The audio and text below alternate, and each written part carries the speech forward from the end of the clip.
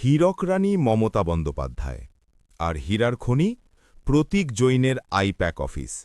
ঠিক যেন আলিবাবা ৪০ চোরের গুপ্ত পাহাড়।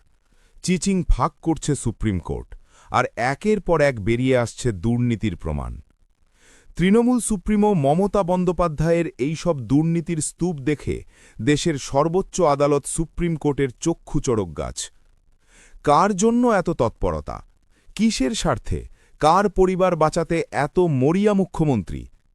আজ বাংলা জ্বলছে, মুর্শিদাবাদের বেলডাঙ্গা উত্তাল। প্রশ্ন উঠছে, এ কি শুধু শুরু, নাকি আরও বড় কোনো পরিকল্পনা আছে তৃণমূলের? মমতার দলদাস পুলিশ প্রশাসন আর তৃণমূল নেতাদের ছক, সবকিছুই কি এক সুতোয় গাথা? একদিকে আদালতের কড়া নজর, অন্যদিকে রাস্তায় আগুন। বাংলা কি তবে দুর্নীতির বলি?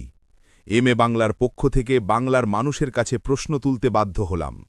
সুপ্রিম কোর্ট যখন একের পর এক দরজা খুলছে, তখন হীরক রানী দিদি কি সত্যিই আর পালাতে পারবেন, নাকি দুর্নীতির দায়ে মোস্ট ওয়ান্টেড ক্রিমিনালের মতো আইপ্যাক অফিস থেকে ফাইল চুরির অপরাধে জেলে ঢুকবেন? বাংলার মানুষ হিসেবে আপনার মতামত কি কমেন্টে লিখুন, আর লাইক সাবস্ক্রাইব করে দেখতে থাকুন বাংলা।